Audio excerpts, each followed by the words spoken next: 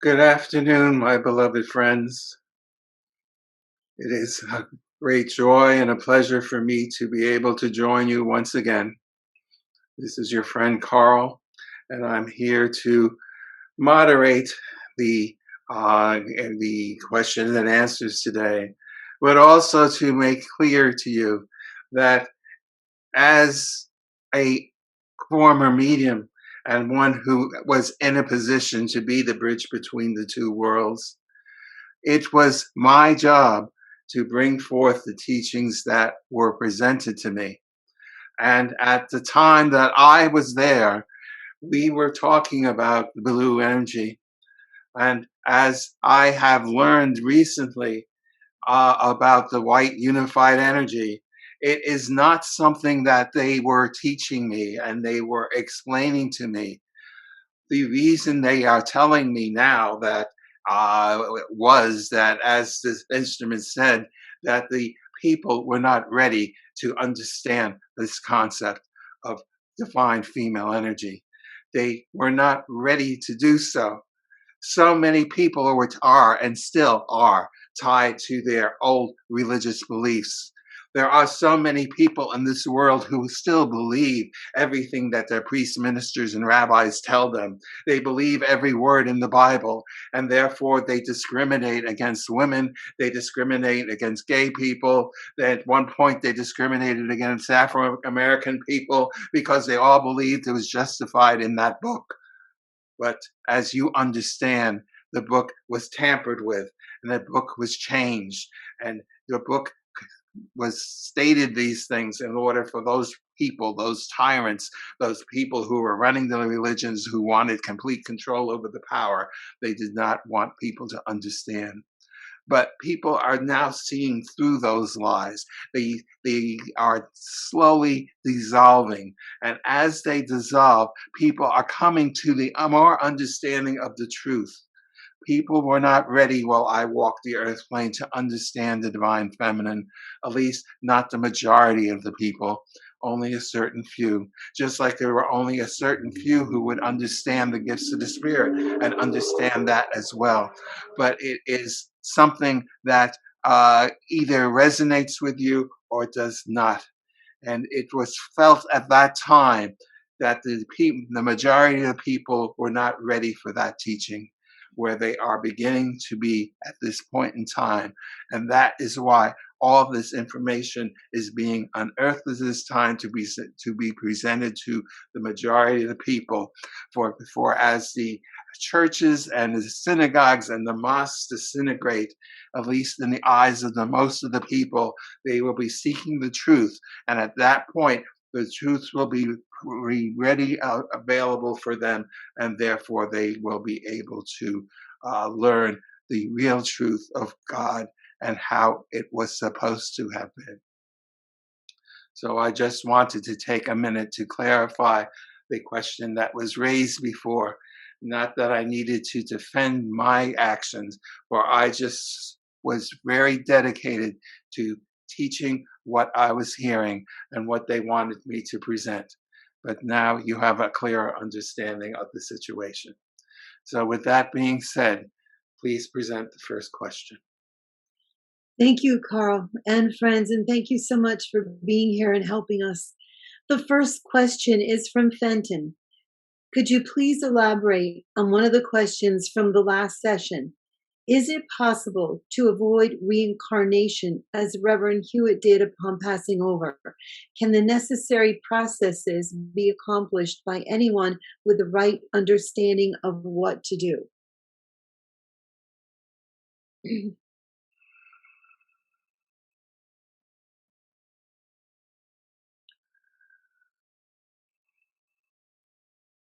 The question that you are asking really has two sides. It's like two sides of a coin. For some people, for very few people, they are able to gather and assimilate knowledge and right the wrongs that they committed in previous lives and balance things out while they live on the earth plane. A few people can do that. There are more people who go to the world of spirit and can and work on that balancing of karma and balancing of issues in the world of spirit. It is possible for some people to finish that balancing and therefore not have to return to the physical world. For other people, they will come to the realization that it is impossible to completely balance things out, or they may have done X and have to experience Y in order to understand what they had done. And they can only do that in the physical world. So the answer is everything is possible. Some people can do it on the earth plane and not have to come back. Some people can accomplish it on this in the spirit world and not have to come back. But some people will have issues where they must come back in order to balance out whatever they need to balance. So there is not a single answer to this question, and there are a lot of variables that have to be put into consideration. Thank you. The next question is from Mary. Would you please ask our spirit guides if we should stockpile survivalist supplies like food, water, and alternative energy resources for future country or world emergencies? You are living in very tenuous times. Things are changing almost constantly. The way that we see things in one moment is difficult to predict whether it will remain that way or veer off into another course of a slightly different nature. So we would, because of this constant change and all the variables, we cannot predict things totally in the future. Therefore, it would be wise and prudent for you to do as you suggested, to stockpile some food, to stockpile some water, to make sure that you have all the necessary things that you need for survival, because there is conditions on the horizon where if certain things come into play, they will definitely be needed. But we cannot state per se with 100% to say, yes, that they will be needed. It may happen if certain things come into action, come to fruition, materialize, if you want to say it that way, in a certain order. You may not need to stockpile, but we say it is wise to be safe and it's wise to have it on hand because the times that are coming are quite changeable at this moment. If you understand what I'm trying to say. Thank you. The next question is from Susan Yu. As people advance in consciousness, will laws like the veil of forgetfulness when reincarnating be dissolved or optional according to the soul's intention upon returning? Excuse me. When the majority of people on earth advance toward enlightenment, will it be a natural occurrence to connect intergalactically with advanced beings?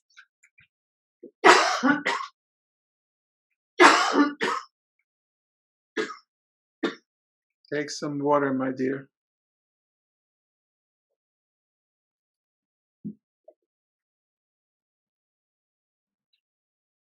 Do I need to repeat that question?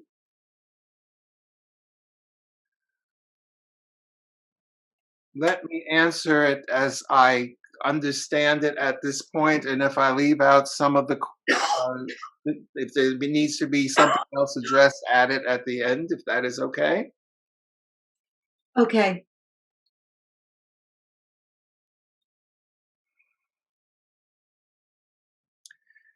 Again, we have a question with multiple answers because a one size fits all doesn't work in this situation. There will be some people who can come back into the physical world without the veil of forgetfulness, as you were talking about. But for some people, they will require that veil in order for them to endure and take the final test of their progression. And therefore, if they came and knew the answers to the test, it would be no point of taking the test. So for some people, yes, that will be possible. There will be many people as the energy changes and gets higher in frequency, who will be able to make contact with beings that do not reside on this planet.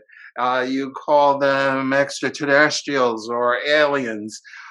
Those words tend to have some negative connotations to them, and I would rather state that they are beings from other planetary systems with who have different ecosystems and who are much more advanced than you are, because of the fact that the religions and the tyrants have stagnated your growth to the point that you are a backward species as far as they are concerned. And they are here to kind of push the buttons to bring your evolution to manifest it much faster than it would if it evolved without their manipulation.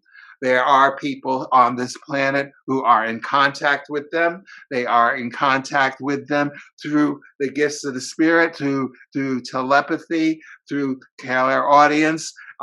They can see them. Some of them see them, some of them hear them, and some people just feel them through the gifts of clairascensions. So these are all ways that some people are in communication with higher beings. I must also point out that there are people who do have these gifts, who have been taught, and I'll use the word brainwashed. It's a little bit extreme, but they are taught that they are in communication with someone from the spirit world. A small percentage of these people are actually in communication with beings from other planets, and they do not understand, or they're not able to decipher the difference between the spirit world and the other terrestrial people, because the difference in frequency between the physical body and the people in spirit and the people in extraterrestrial beings are the difference is so great that the medium cannot measure that they are actually speaking to someone higher than even a spirit person at some some cases.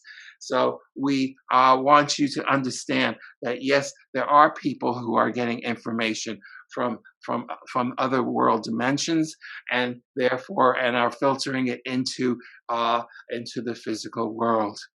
Are there any other aspects to the questions that I have not addressed? Susan, do you want to know more? This was your question, Susan? Yes,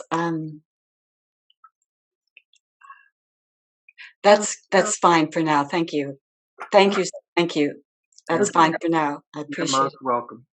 Thank you. The next question is from Peggy. Are we going to eventually be mandated to get vaccinated in our state of Connecticut?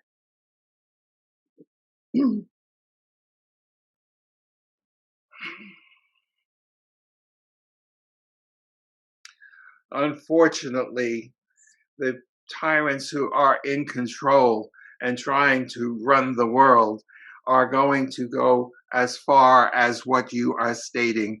There will be mandates that will be issued that will insist that you take the vaccination and take it into your body.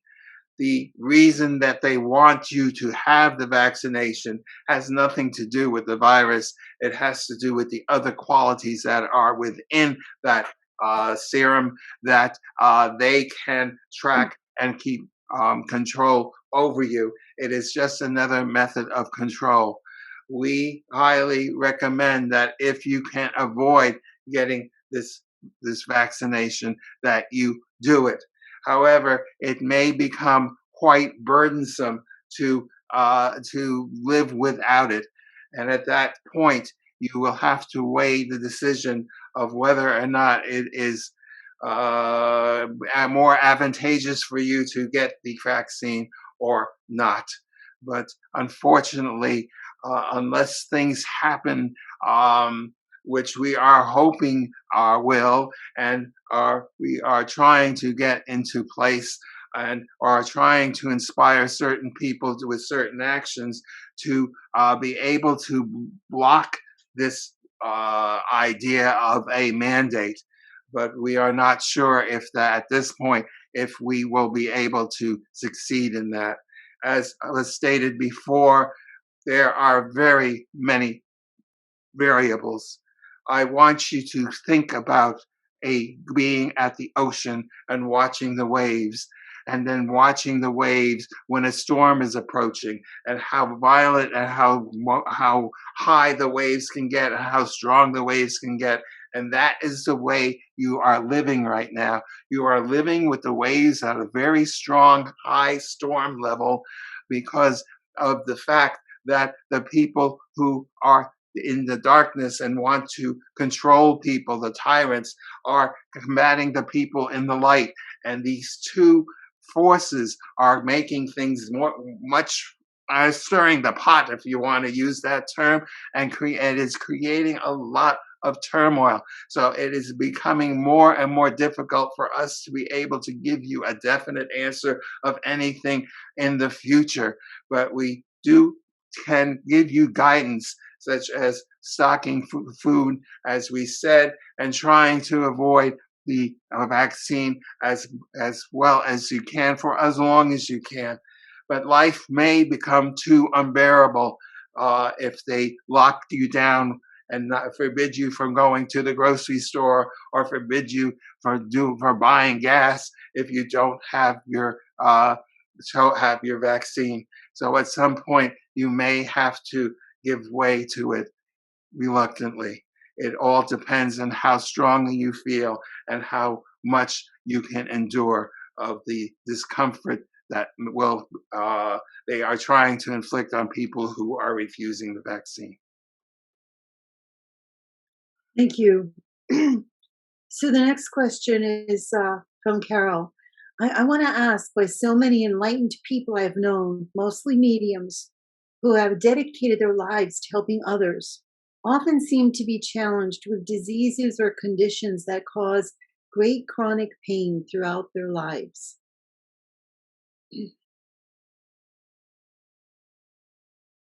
Are you asking why that happens? Yes.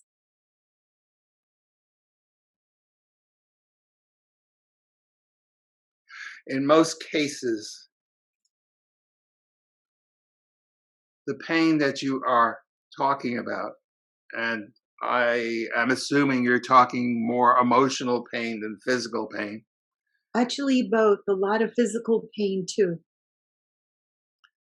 The emotional pain that many mediums experience was part of their life contract before they came into the world, where they understood that they were going to be a medium, and they understood that this emotional pain that they are experiencing and that they carry with them forges a certain sensitivity, a certain empathy, because they know what suffering is like, and they understand that, and it increases their sensitivity to the world of spirit. It is almost like a prerequisite for some mediums to experience this. The physical pain sometimes is in the same kind of category, but in other times it is there to make sure and ensure that the medium stays balanced. For some people who are gifted and are mediumistic, as you well know, begin to forget that the source of their gifts is not coming from them, but coming from the world of spirit. And sometimes the ego gets fed too much because there is a tendency for people to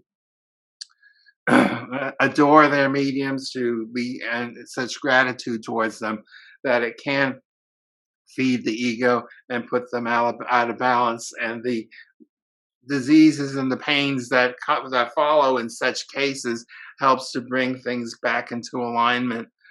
But and on the whole, it is something that many mediums endure, as you've noticed, because they it actually helps their communication. It keeps them grounded. It keeps them from becoming egotistical. And while that may seem like it's a high price to pay in order to do the work, on the other hand, many times the spirit protects mediums from other types of situations because they are mediums, and they are forewarned of upcoming events in their own personal lives, upcoming dangers in their own personal lives, so that they don't stub their toe as they walk their path. So sometimes it's a very two-way kind of street, if you kind of understand what I'm trying to describe. Okay, thank you. The next question is from Sid. I would like to ask about the way showers who came to the world to teach truth, like Jesus, Buddha, Moses, and others. Were they disappointed and upset when most of the people ignored and abandoned their teachings?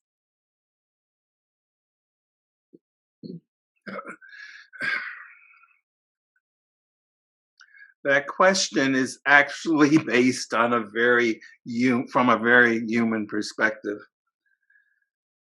What needs to be understood at this time is that those way showers, when they came into the physical world, knew exactly what they were getting into. They did not come to the world to change the world per se, although some of them did create quite a bit of change in the world. But they came to forge a path. I want you to think about a snowstorm. 9 inches of snow are on the ground. You go outside and you look around, and the snow is covering everything. And you begin to walk towards the street. As you walk, you step in the snow. And as you get to the street, you turn around and you see your footsteps there in the snow. You did not create a clean path. You just created some footsteps in the snow. These way showers came knowing that their mission was to put footsteps in the snow. They understood that the first one would lay down the first steps. Later on, another person would follow in the same path, and more of the snow would come down. It would be lower, if you understand what I'm saying. The third one would go again in the same path, and the fourth one, and the fifth one. And eventually you have a clear path of understanding of what truth is. So they did not come to the world to share truth, to change the world and change everyone's opinion, because the world is still so steeped in ignorance and in the man-made dogmas that the religions have created, that it was impossible to do that. But as many people have come down through the ages, even people that would be considered saints, like Saint Hildegard and Saint Joan of Arc, and many people walked that path and brought that truth into the world. And more, the path is becoming clear. We are coming to a point now in your history where the temperature of the planet, not physically, but the temperature is rising and all the snow is going to melt. All the impedance to truth will be disappearing. It will take time still, and it is still taking people to walk in that path in order to bring the truth to light. But the people that were mentioned, no, they were not disappointed. They were happy to do their part. They were the trailblazers. They were the ones to put the initial steps in the snow. And over the centuries, more and more people have. And the truth is ready to come to light. And that is the most glorious thing. And all those way showers are rejoicing at this time because that is what is about to happen. The mission that they started so very long ago is about to become into fruition. Thank you. And another question from Carol. When will the truth begin to come out about the vaccines and COVID? When will our media begin to get the truth out there? Because most people have no clue.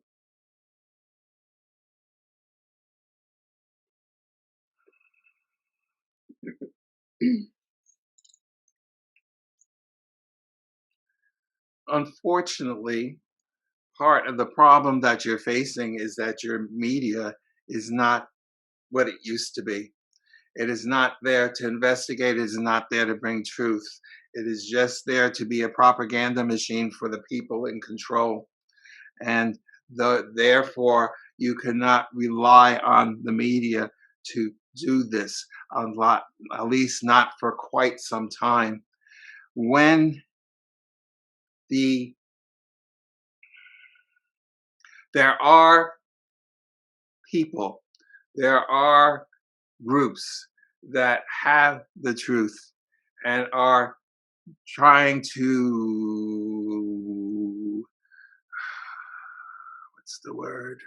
promote, propagate the truth out to the people. But there are so many misinformations, and the propaganda machine of the media is so powerful that people do become confused because they hear A from one source, B from another, and C from a third, so they're not sure which is true. And it's very difficult for most people to have the capacity and the knowledge and the know-how of how to research this and to discover which one is actually true. So they live in a state of confusion. And this is part of the technique that the people in control want to use in order to keep people from grasping their own power and going forward. Yes, the information will eventually come through. Yes, there will be cracks made into the media and it will crumble. Yes, it is going to happen, but I cannot predict the time, just as for so many questions that have been asked today, because things are so turbulent. As one group, as the group that is working towards bringing the truth, puts a plan forth and it begins to work on it, the group opposing it discovers it and shuts it down, and therefore things have to change again, and all the timeline changes and it goes back and forth. So it is a really a tug of war that is happening between the forces of good and forces of light, and at this point it is hard to know when light is going to win, but eventually it will. Thank you. So we have a question from Barbara. Is suicide not a choice ever? Are there times that it is a good choice? For instance, knowing you are terminally ill or having worsening Alzheimer's. The answer to that question, again, is twofold, or two sides of a coin. And I will take the last part first. There comes a point in a person's life where they have come to the world and they have experienced and learned most of what they have come to learn. And if they have a disease such as you mentioned as Alzheimer's or a terminal disease, and they choose to end their life, it is not that big a deal because they have come to the earth to learn certain lessons, to learn certain things, and they have lived their lives and they have learned it. Now, some people would say that the disease is part of what they need to learn, but others consider the fact that no, it is not as bad to do it at that point, because you are reaching the end of your life anyhow, and so if you shorten it a brief bit, you have really accomplished what you came to the earth for. The other aspect of suicide, for many people have been taught that committing suicide is a very bad and negative thing, that you have shortened your life, you have shortened your ability to learn the lessons you have you in fact aborted what you have come to do, and therefore it is a grave sin and there is a lot to make up for.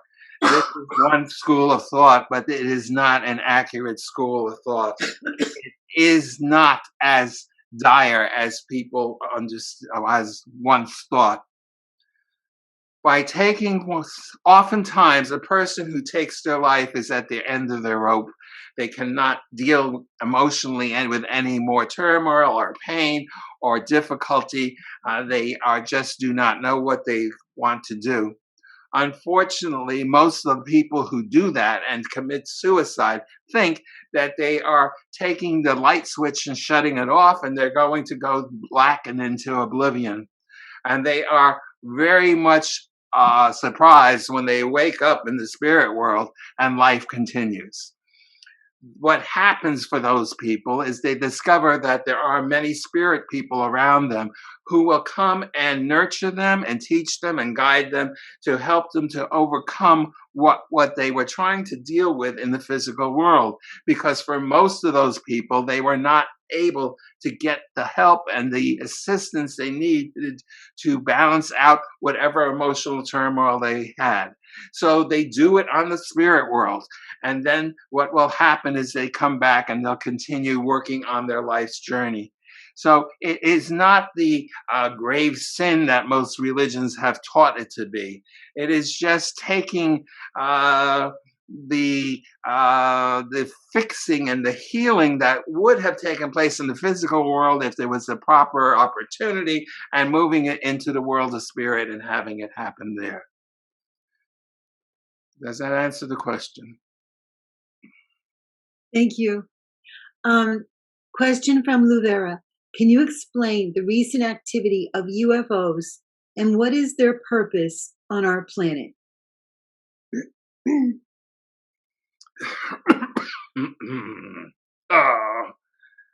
As was stated before, the people who are flying in those UFOs are here to assist us.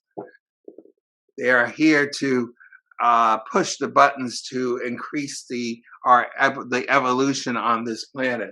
They are here to assist the people in trying to bring the truth into the world, because they are coming from an advanced civilization, advanced knowingness.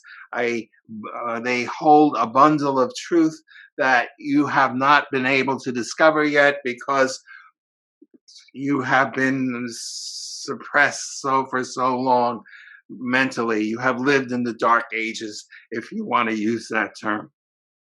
So they are here to assist the dawning of the age of knowledge and the suppression of the dark forces of on this planet.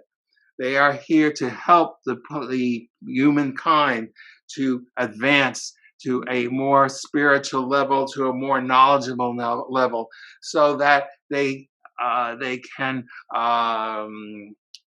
become regular members of the universe, if you want to put it that way, instead of being the dummies of the world, if you want to use that term. And again, that's probably not the right terminology, but you get the drift of what I'm saying.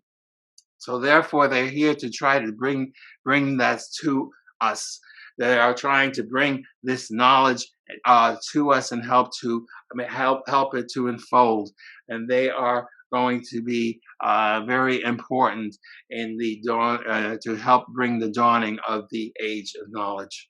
So that is their mission on Earth, to help bring forth enlightenment. Thank you. And our last question is from Luvera. Is there any damage done to my body from taking the vaccine?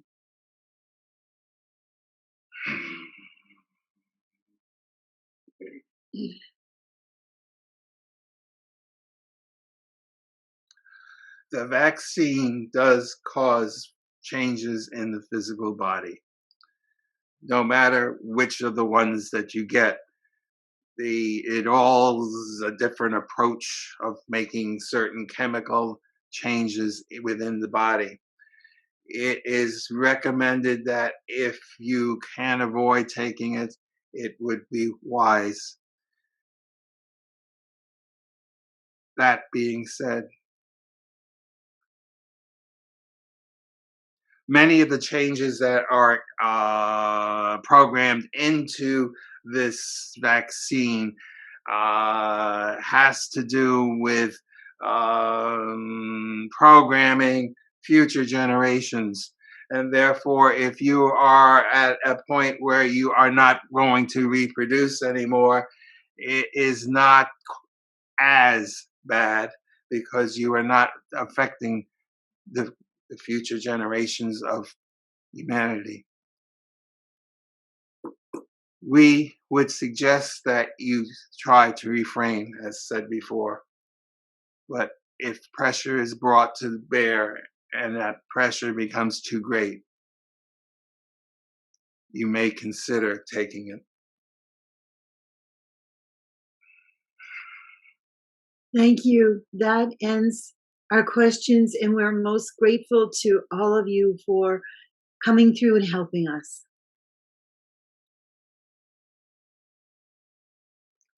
We are very happy to be here of service to you. I know that, again, this is Carl speaking, and I know that we've taught you that we can see into the future. But the future right now is very tenuous. It is very flexible. If you think about the people who go to the gym and they take these long jump ropes and they push one end up and then bring it down, and the other arm up and bring it down, and it forms a wave within the rope.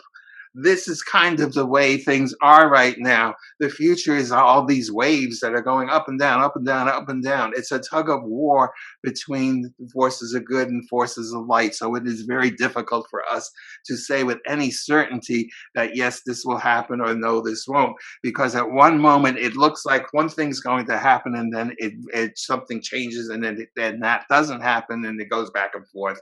And we want you to understand that we are doing the best we can to guide you through this turbulent water, and that's very much what it looks like to us in the world of spirit. But we are